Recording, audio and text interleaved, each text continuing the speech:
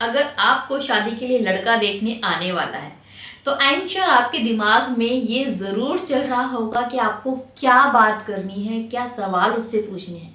तो चलिए आज मैं बताने वाली हूँ उन्हीं सवालों के बारे में जो आपको ज़रूर पूछने चाहिए उस लड़के से जिससे आपको शादी करनी है। कौन से हैं वो सवाल जानेंगे इस वीडियो में। चलिए शुरू करते हैं वीडियो।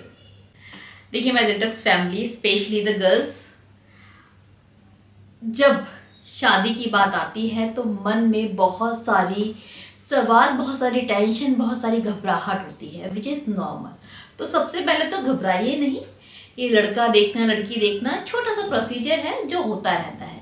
तो पहले तो अपनी जो घबराहट है इसको कम कीजिए। नाउ बात करती हूँ मुद्दे की कि जब लड़का आएगा आपके घर पे तो आपको पूछना क्या है उससे। सबसे पहला सवाल जो आपको करना है वो है उसकी फैमिली को लेकर, कि उसकी फैमिली कैसी है, किस सोच की है। बातों बातों में इस चीज़ को ज़रूर पूछिए कि फैमिली के संस्कार कैसे हैं। इससे आपको हेल्प मिलेगी ये समझने में कि आप वहाँ पर एडजस्ट कर पाएंगी या नहीं। तो एक बार उनकी फैमिली का इन्वायरमेंट, फैमिली की सोच, फैमिली के विचार, फैमिली के संस्कार, इसके बारे में डिस्कस कीजिए। पहला बहुत ज़रूरी है।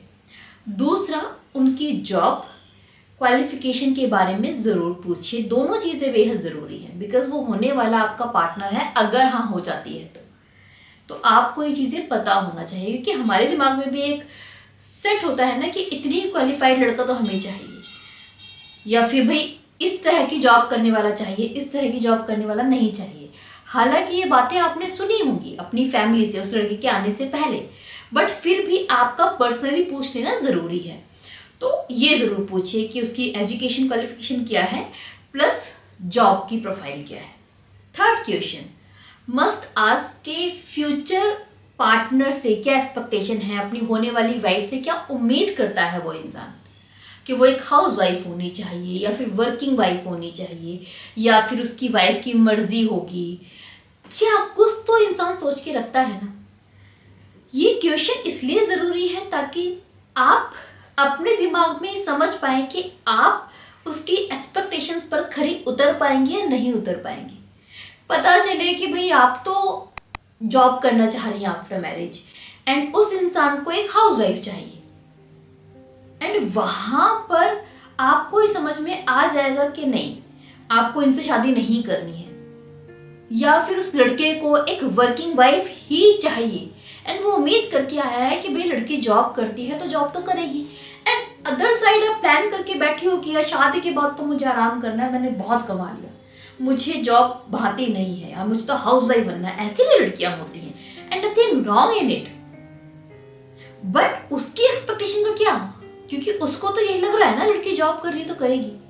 तो एटलीस्ट से पूछो कि फ्यूचर वाइफ से, अपनी होने वाली वाइफ से क्या एक्सपेक्टेशन है, क्या उम्मीद करता है, एंड अपने आप को देखो कि आप वैसी हैं, कि आप उसकी एक्सपेक्टेशन पे उतर सकती हैं। इससे आपको बहुत हेल्प मिलेगी हाँ या ना डिसाइड करने में। अगला सवाल पूछिए उनके हॉबीज़ के बारे में, कि उनका फेवरेट टाइम पास क्या है, क्या करना पसंद है। इससे भी आप समझ पाएंगे कि आप दोनों कितना मैच करते हैं, कितना नहीं। तो ये सवाल भी पूछना ज़रूरी है। इसके साथ ही थोड़ा सा कोशिश कीजिए जो भी आपके एक्सपेक्टेशंस हैं फॉर योर हस्बैंड वो आप बता पाएं, ताकि वो भी इंसान अपने आप को जज कर पाए कि वो वैसा है या नहीं जो आप चाहती हैं। आपकी क्या उम्मीद है आफ्टर मैरिज, वो चीज़ ज़रूर बता दीजिए। एट लास्ट इतना ज़रूर ध्यान रखिए दोस्तों कि शादी कोई एक बार में लेने वाला डिसीजन नहीं है, एंड एक बार में आप बहुत कुछ पता नहीं कर सकते।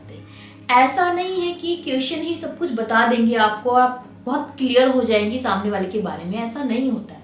लेकिन फिर भी इन क्वेश्चन से थोड़ी बहुत हेल्प जरूर मिलती है एंड ये पूछने जरूरी है। इसके साथ ही जो भी आपका पर्सनल एक पॉइंट ऑफ व्यू है, पर्सनली आपकी कोई चॉइस है, कुछ जानना चाहती हो, वो आप जरूर पूछो।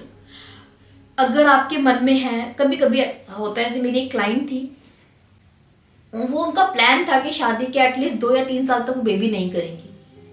अगर ऐसा कुछ प्लान है तो एक बार बच्चों के बारे में डिस्कस कीजिए कि बच्चों के बारे में क्या सोचते हैं वो, कितने टाइम बाद उनको बेबी प्लान करने हैं। अगर ऐसा है तो ये भी पूछिए। अगर आप वो हैं जो बेबी प्लान करना ही नहीं चाहती हैं तो ये चीज़ क्लियरली बता दीजिए। मतलब कुछ इतने मेन डिसीजंस होते हैं आफ्टर मैरिज जो आपको अभी से लेने पड़ते हैं, क्योंकि दोनों अगर एक पॉइंट ऑफ व्यू पे एग्री नहीं होंगे तो इससे शादी खतरे में पड़ जाती है।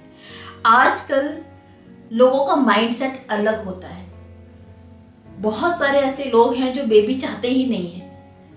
अब ऐसा होने लगा है कि लोगों को नहीं चाहिए जिम्मेदारी। कहीं ऐसा तो नहीं कि आप वो या फिर आपका पार्टनर वो इंसान है जिसको बेबी चाहिए नहीं शादी के 4-5 सालों तक, एंड आप अपने आप को प्रिपेयर करके बैठे हैं कि शादी के 2 या 3 साल में बच्चे कर लूंगी मैं।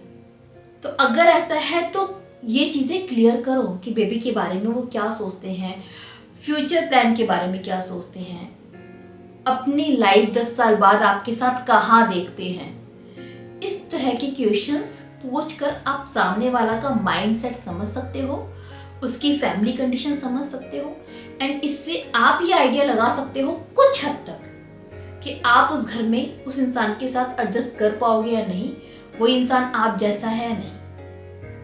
तो ये सवाल आप ज़रूर पूछें एंड होप इस वीडियो से थोड़ी बहुत आपको हेल्प मिले। इसी उम्मीद के साथ विदा लेती हूँ। Bye bye, take care.